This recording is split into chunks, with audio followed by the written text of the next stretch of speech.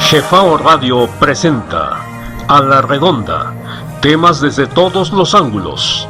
A la Redonda, con el equipo de la revista Jefao.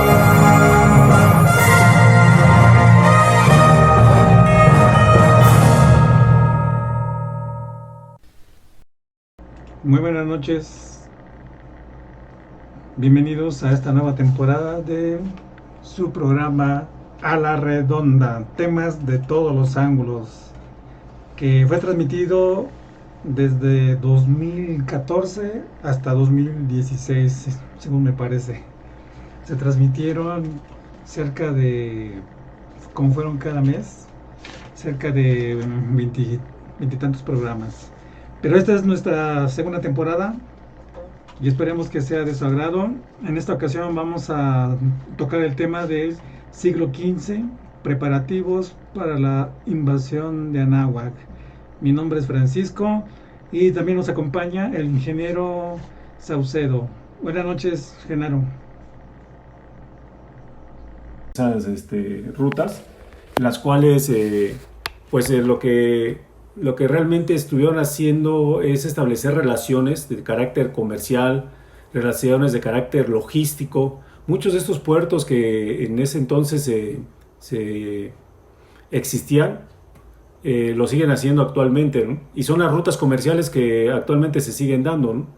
Entonces, ¿esto a qué nos lleva? A que solamente era como consolidar un plan o la etapa de un plan para las subsecuentes actividades o acciones que realizarían a partir de los años de 1492 con el llamado descubrimiento de América y la llegada de Cristóbal Colón a las islas del continente en el Caribe.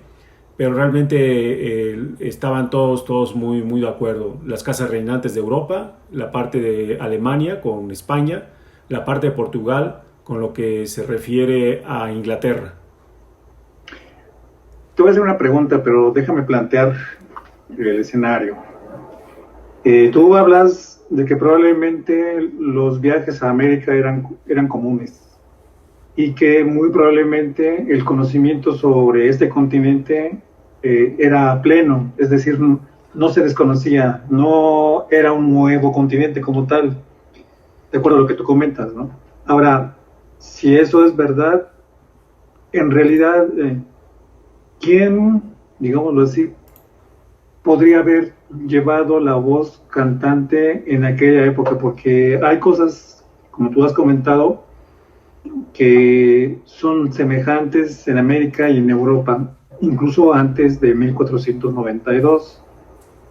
Entonces, mi pregunta es, ¿tú consideras que hubo un poder hegemónico antes del supuesto descubrimiento de América? Mira, en ese sentido, yo creo que no es ni se está descubriendo el hilo negro ni nada, ¿no? Voy a hacer un poquito más de historia. En los años 500 o en el siglo V, cuando está cayendo el Imperio Romano, había hegemonía regional, según la historia, con los romanos, ¿no? Los romanos llegaron hasta en ese momento a la parte de España, la Hispania, que le llamaban, todo el norte de África, en la parte de zonas de Medio Oriente, las relaciones que ellos tenían como romanos, que tenían con China desde aquel entonces, y había una hegemonía regional, de acuerdo a la historia, ¿no? Y por consecuencia, pues había grupos que buscaban tener ese expansionismo. O sea, Roma fue muy evidente su manera de actuar en esas zonas, y tras la caída, cuando empieza a aparecer el cristianismo en el siglo V, los poderes de Roma, en el proceso de transición de la Roma imperial o la Roma de los Césares, existía un César en la parte de Roma, y trasladaron los poderes también con los germanos. Y desde ahí viene lo que es que en esta época del siglo XIV, que es el siglo XV, se habla del Sacro Imperio Germánico, ¿no? Entonces, esto sabemos que hubo casas reinantes, y que siempre buscaban su hegemonía. O sea, recordemos también cómo la misma Alemania, cómo se conforma, ¿no? Cómo a través del expansionismo del cristianismo en Europa vía los francos, ellos empiezan, consolidan a partir del siglo, fíjate, todo coincide, el siglo V es cuando se establecen, desaparecen las llamadas corrientes paganas en la Alemania o la Germania, y hay una hegemonía en toda esa parte, ¿no? Entonces, y esas familias pues siguen apareciendo, y un ejemplo muy claro, o sea, no es tampoco, la historia misma lo menciona, volviendo un poquito más atrás en el tema de los etruscos. Los etruscos son los fundadores de Roma, y actualmente hay datos que las familias etruscas que fundan Roma siguen existiendo en Italia. Entonces, estamos hablando de más de 2500 años. Y pues tan es así que pues sabemos que el expansionismo, el comercio, las crisis económicas, problemas de salud, problemas poblacionales, etcétera, pues siempre buscan un expansionismo para encontrar mayores recursos, y América pues estaba en la mira, ¿no?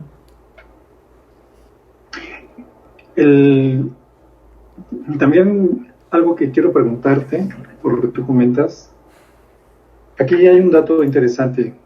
Comentas que el trono al Sacro Imperio Romano Germánico, o sea, das a entender que fue como el eje a través del cual se hacían los movimientos políticos y económicos de la época.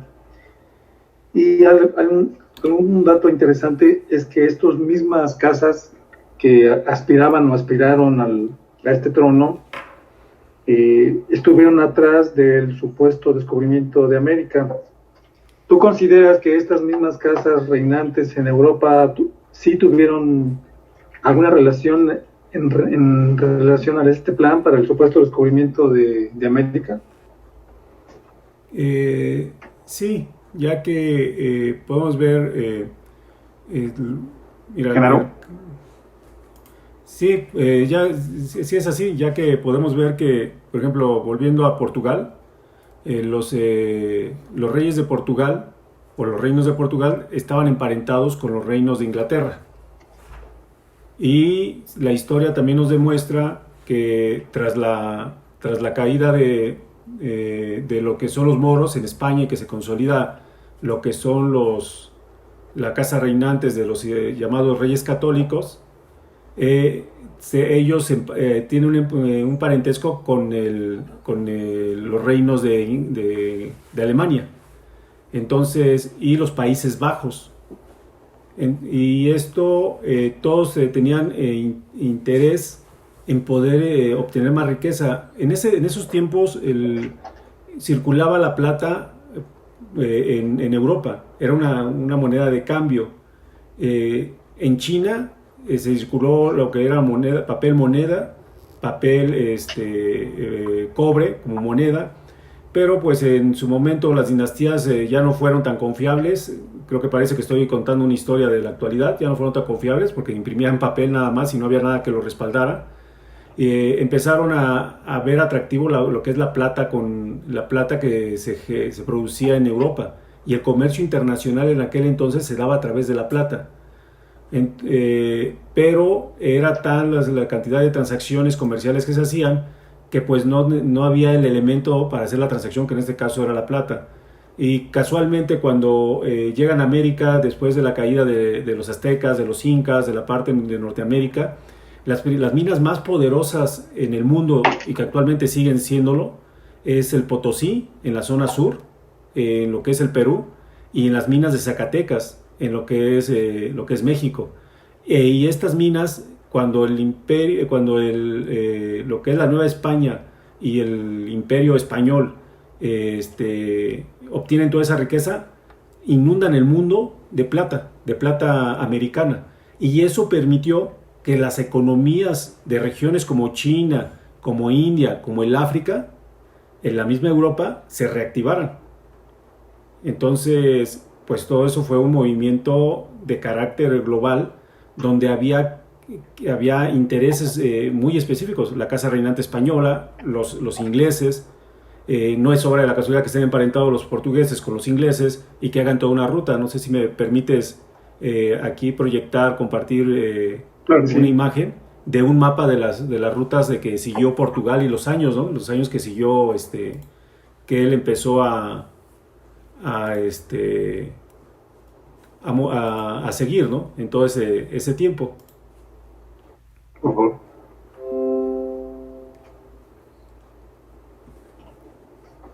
Entonces aquí podemos ver, se alcanza a apreciar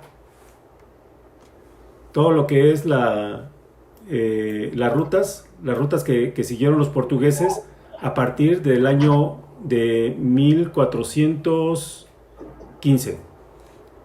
Que la primera es en Ceuta, que es según esto dos llegan y se establecen y van haciendo una ruta y aquí el mapa pues va poniendo que van llegando a Tánger, Arcila, Semur, hasta 1486, etcétera, van estableciendo y se va viendo la ruta cómo se va desarrollando en todo, ¿no? Todo, luego hasta que llega a Magallanes a principios o finales del siglo XV y principios del siglo XVI y da la vuelta al mundo, ¿no? Y si ves hay toda una ruta que llega hasta lo que actualmente es China, ¿no? Y todas Japón, todo eso, o sea, no hay nada. Y luego, ¿qué pasa? Hay unos datos de aquí, de hecho, de 1498, llegan a la parte de Labrador, en la parte de Canadá.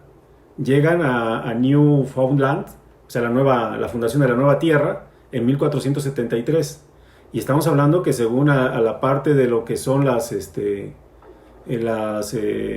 Española, la zona de Cuba, llega Cristóbal Colón hasta 1492. Entonces aquí pues, nos da clara evidencia de que no eran obras de la casualidad, ¿no? Sino había un plan. Y también otro dato para pues, cerrar esta parte de mi intervención, pues es como todos estos puntos que tú ves, pues son puertos, muchos siguen funcionando actualmente. Y lo interesante es de que no es como la historia que nos cuentan de este lado, donde llegan el ejemplo a la Hispaniola y pues los nativos de ese lugar, pues al verlo, según ya sabemos el cuento, ¿no? Que ver los hombres barbados con sus armaduras, bla, bla, pues se prostraron hasta ellos o algunos o los que no creyeron en ellos, pues fueron simplemente asesinados, ¿no? Y lo declaraban que ellos declaran esas tierras propias. La historia no nos marca nada, en el continente africano no nos marca nada de eso. No nos dice que llegaron a hacer eso. Llevaban salvoconductos, llevaban cartas diplomáticas para poder desembarcar en esos puertos que algunos son muy antiguos. Entonces, como en continente americano, sí todo era bárbaro, se admiran por un lado que eran grandes civilizaciones, arquitecturas impresionantes, planificaciones urbanas muy grandes, un sentido de la vida superior a lo que en Europa en ese mismo momento prevalecía, sistemas de salubridad excelentes en América y en Europa padeciendo pandemias por la viruela, todo eso. Pero sí los tratan como los salvajes y los invaden y los destruyen. Y nada, en un siglo, nada pasó ni en África de esa naturaleza, ni en lo que es India, ni es que es China. Entonces es ahí donde estamos viendo que el siglo XV realmente fue como un preparativo para que todos juntos podamos ir a usufructuar las riquezas que vamos a encontrar o que ya sabían que existían en el continente americano. Es muy interesante. Fíjate que vamos a remarcar dos puntos. Tú comentas que las casas europeas ya estaban estratégicamente relacionadas, ya sea por alianzas o por lazos de parentesco, o sea, matrimonios. Aquí una investigadora en la UNAM, María Castañeda de la Paz, ha sacado varios artículos sobre la genealogía de la familia Mendoza Moctezuma. Y algo interesante que habla esta investigadora es que esta familia Mendoza Moctezuma es en realidad Austria Mendoza Moctezuma, es decir, estaba emparentada con los reyes germanos o sea, con la familia de los Habsburgo. Y eso suena interesante y sugestivo, digámoslo así, porque daría a entender que hubo una relación familiar entre por lo menos la descendencia de Moctezuma y las familias que tú me acabas de comentar. Y si eso es cierto, en realidad, ¿en qué punto hubo ese lazo de parentesco? Porque menciona la investigadora que sí hay. O sea, son tíos, primos y nietos y bisnietos. Claro, también ella señala que hay algunos de estos parientes que son apócrifos, que muchos de ellos ya dieron la oportunidad de convertirse de la noche a la mañana en parientes para reclamar en las cortes españolas sus derechos. Y eso es interesante porque aquí vemos que suena como que, de acuerdo que tú estás comentando, los planes que se llevaron a cabo no solamente tuvieron que ver en Europa, África o Asia, sino que muy probablemente, como tú comentas, tuvieron alguna relación con grupos aquí de América, porque si tú dices que llevaron, mejor dicho, trajeron salvoconductos, trajeron documentación como diplomáticos, es porque ya se les esperaba. No podemos pensar que llegaron con documentos a un lugar donde ni siquiera se ocupan, o que ni siquiera hablan el idioma, o que ni siquiera usan documentos. No sé si me explico. O sea, en realidad, si tú vas ya preparado para llegar a un lugar, es porque ya sabes que tienes que ir preparado con documentación. Es como si fuéramos a un país que no conocemos, no sé, Singapur. Pero asumimos por costumbre que tenemos que llevar pasaporte, tenemos que llevar visa y alguna otra documentación que garantice que mi persona es la que dice el documento. Entonces, ahí estábamos hablando de que tanto Singapur como aquí en México están como al mismo nivel. Ambas naciones tienen algún tipo de relación diplomática donde se exige cierta documentación para el tránsito. Entonces no podemos pensar que en aquella época no existía eso mismo. Y eso es lo que me llama la atención de lo que tú comentas. Lo otro que ya llama poderosamente mi atención, hay un artista, bueno, es un escritor, pero escribe sobre arte, que se llama Panofsky. En su obra El significado de las artes visuales, habla de un concepto, ékfrasis o ekfrasis. Bueno, Jesús Bustamante toma este concepto de la ékfrasis de Panofsky y comenta que el concepto del salvaje americano es un concepto creado pictóricamente. O sea que no es nada más que llegaron los invasores y descubrieron y describieron tal cual a las personas que ellos vieron. Según este investigador y este artista, es imposible, porque lo que reflejan los dibujantes es justamente lo que quieren dar a entender. No están reflejando la realidad, sino al describir pictóricamente lo que supuestamente están viendo, perdón, ya tienen un concepto para transmitir. O sea, ya está polarizado, ya tiene una idea preconcebida de qué es lo que quieren dar a entender. Incluso este autor, Jesús Bustamante, dado el carácter de los aztecas, por ejemplo, dado el carácter y el carácter moral, la fineza, la elegancia, el porte, cuando Hernando Cortés manda su primera carta en relación, hace el dibujo de dos personajes supuestamente aztecas. Y este autor menciona que es imposible porque lo que dibuja el artista es dos personas en guaraches y con plumas. Dice, es inaceptable que en esa época los aztecas se permitiesen vestir semidesnudos y mucho menos con guaraches. Entonces, Lo que estás diciendo es que hubo un plan político, pero también hubo un plan estratégico para borrar, así casi casi de un plumazo, toda una cultura y hacerla ver como salvajes.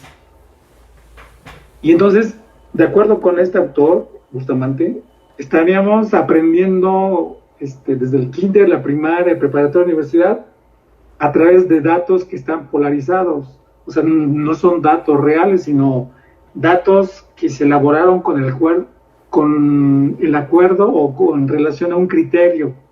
En este caso es un criterio político para denostar o denigrar a toda una sociedad. Y esto me llama mucho la atención porque no he encontrado en ningún lado grabados o textos que hablen de la grandeza de los antepasados aquí de América, sino que todos hablan en general denigrando. Hablan de salvajes, emplumados, semidesnudos, sin taparrabo, pero por lo que dicen estos autores, eso es poco probable que ocurriera. Entonces, al plan político que tú comentas, quizás habría que agregarle un plan psicológico, ¿no? Un plan de cómo borrar de la historia toda una civilización.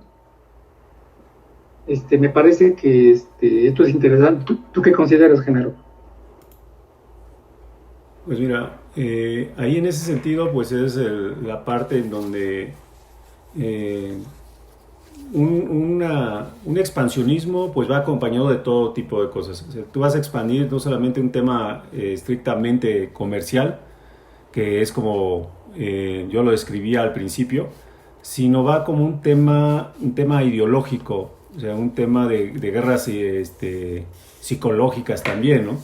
En donde, pues si recordamos, y esos están escritos en los pasajes de la historia llamada oficial, en donde pues llegaban los individuos, llegaba primero el ejército y después de ellos llegaba el sacerdocio, ¿no? Ya a evangelizar. Y eso es una guerra, eso se llama una guerra psicológica. Entonces empiezan a cambiar los paradigmas, empiezan a dar otro concepto, empiezan a denigrar, como lo dices. Entonces, todos los procesos de expansionismo llevan de la mano un proceso de toda índole, estilos de vida en general, ¿no? Y lo estamos viendo actualmente, ¿no? Vemos la China milenaria, en la cual, pues a través de su sistema, una combinación entre un sistema llamado socialista con un sistema de libre mercado, empiezan a adoptar lo que le llamarían las costumbres del mundo occidental. Entonces, la gente que vive en las ciudades actualmente en China, pues ya no es la misma gente que vive en las provincias chinas, ¿no? O sea, ¿y qué está pasando? Pues China está adoptando pues, los estilos de vida del llamado Occidente y empiezan a tener problemas de obesidad, problemas de enfermedades como la diabetes, etcétera. ¿Por qué? Por estilos de formas de vestir, los nuevos ricos chinos, tú los ves que son nada más con rasgos, con ojos rasgados, pero es como si tuvieras al rico occidental, ¿no? En Estados Unidos o en Europa o en otros lugares. Y nos vamos a la parte de África, es exactamente lo mismo. Y ahorita me viene a la mente un caso en África, no recuerdo en particular el país, pero era un cantante de esta música popular, tipo rap en África. Y él tenía su residencia en una zona ahí que delimitaba un río. Y del otro lado había mucha gente pobre. Y él vivía en una zona exclusiva y él veía a esos pobres que ahí andaban navegando en sus embarcaciones en el río y bondadosamente pues les daba dinero, ¿no? Pero él ya había adoptado todo el estilo de vida occidental en una pequeña región, en este caso una zona residencial de esa zona de África, de ese país africano. Entonces, y él pues ya toma estilos de música, etcétera. Entonces, vemos que ese es un comportamiento normal a nivel social y los hombres que existieron hace más de 500 años o más de 1000 años en el mundo pues participaron de la misma manera como actualmente lo hacemos, ¿no? Fueron adoptando, hay algunos que no estuvieron en favor, otros tenían sus reservas y otros se opusieron totalmente, ¿no? Entonces creo que esa parte sí tuvo que ir acompañado, ¿no? El hecho hasta de un intercambio, o sea, cuando tú tienes oportunidad de viajar fuera del país, pues tú conoces otras culturas, ves cómo se comportan y con el contacto que vas teniendo a través del tiempo, pues hasta empiezas a adoptar, ya hasta a veces por adoptar ciertas costumbres en razón a que hay una necesidad, por ejemplo la comida, ¿no? Oye, pues es que yo añoro mi comida nativa, sí, pero no estás allá, lo que hay es esto. Entonces, pues tienes que adoptar ciertas formas de comer en razón a que tienes que sobrevivir. Entonces, es exactamente lo que pasó en ese entonces. Y pues aquí sí, lo hemos platicado muchas veces en la temporada anterior, cuando de la revista de lo que es Radio Jefao, el tema de que pues desapareció prácticamente nuestra cultura, ¿no? Nuestra cultura, prácticamente lo digo en el sentido de que esa parte de temas de pinturas, temas estéticos, monumentos, fueron avasallados, ¿no? Pero se quedó, como es una cultura muy profunda en sus raíces, pues todavía estamos aquí, ¿no? Platicando de la grandeza, ¿no? De la grandeza de nuestros antepasados, y que pues simplemente terminando mi intervención como respecto a Tenochtitlan, ¿no? Donde dice que mientras existe el mundo no acabará la gloria de México Tenochtitlan, ¿no? Ok, muy interesante, esto fue genial. Porque, bueno, creo que ya se nos está acabando el tiempo, pero vamos a las conclusiones. En general, ¿cuáles serían tus dos principales conclusiones de acuerdo a los preparativos para la invasión a Anáhuac? La primera conclusión es de que no fueron en 10 años, fue realmente el antecedente. Estamos hablando de los templarios. La revista Jefao ha escrito al respecto, de que los templarios eran de origen náhuatl o tuvieron contacto con la sociedad náhuatl, que estamos hablando del año 1190, un poco antes, y después de su caída en los 1200. ¿Por qué? Porque Portugal hereda, según esto, un brazo de lo que eran los templarios. Le cambiaron los nombres y te estás hablando de más de un siglo que los preparativos para poder llegar al continente americano ya con un plan bien definido de invasión. Segundo, que gracias a las riquezas del continente americano y lo que pasaba en Europa en ese entonces en muchos lugares del mundo, pandemias, pobreza, desolación social, etcétera, a pesar de tras la caída del continente de Anáhuac, Europa y el mundo y el resto del mundo pudo sobrevivir. O sea, hablando en temas comerciales, toda esa plata que circuló en el mundo y que reactivó la economía mundial permitió que el mundo en general no cayera a una barbarie donde vemos muchos cronistas europeos de sus propias naciones, donde realmente se practicaba la antropofagia, se practicaba el esclavismo, se practicaba muchísimas cosas en la misma Europa y en muchas regiones del mundo, y gracias a la cultura de Anáhuac, el mundo no cayó. Muy bien, es muy interesante. ¿Qué número de revista o qué títulos de la revista Jefao nos recomiendas para abundar en este tema? Mira, ahí está, hay uno que es América antes de Colón, tenemos ese número, lo que es Cristóbal Colón, un plan político, también, ahí hablamos sobre autores italianos respecto a ese tema. Los templarios son de origen americano, básicamente como antecedentes al preludio de la llegada de los europeos, y Tenochtitlan, ciudad milenaria. También hay datos muy interesantes en esta revista respecto a lo que era las ciudades en el continente americano. Muy bien, ahí está, señores y señoras, damas y niños, estos son los datos que nos aporta el ingeniero Saucedo y las revistas que podemos consultar. Muchas gracias, ingeniero Saucedo, por acompañarnos esta noche. Muchas gracias a todas las personas que nos escuchan y nos ven en las redes sociales. Y si no tenemos otra cosa más, damos por concluido el primer programa a la redonda 2021, que será, esperemos que no sea el primero, sino sean varios. Pues por mi parte es todo, ingeniero, si no tiene otra cosa que agregar. Muchas gracias, les agradezco y pues estamos aquí a la orden para seguir difundiendo la grandeza de nuestro continente. Si nos puede decir sus redes sociales, por favor.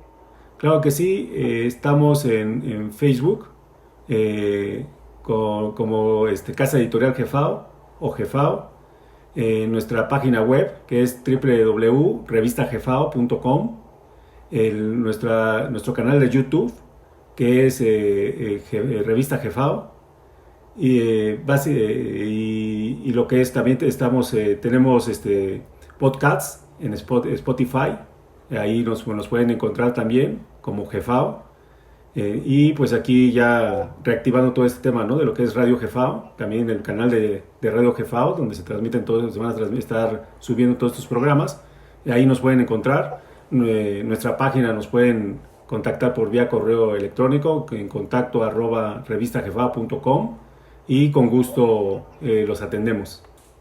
¿El costo de la revista, ingeniero? El costo de la revista es una revista bimestral que cuesta en el país, cuesta 20 pesos mexicanos, y en el extranjero $2.5. Enviamos a todas partes del mundo.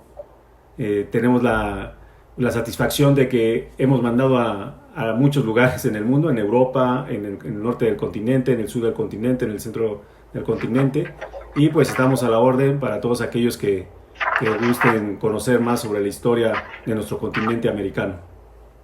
Perfecto, muchísimas gracias, ingeniero, y muchísimas gracias a las personas que nos acompañaron en estos 26 minutos. Gracias por su atención y nos vemos hasta la próxima. Mi nombre es Francisco, nos vemos después.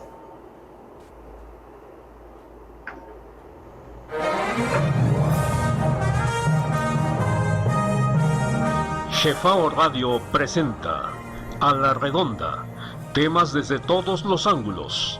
A la Redonda, con el equipo de la revista Gefao.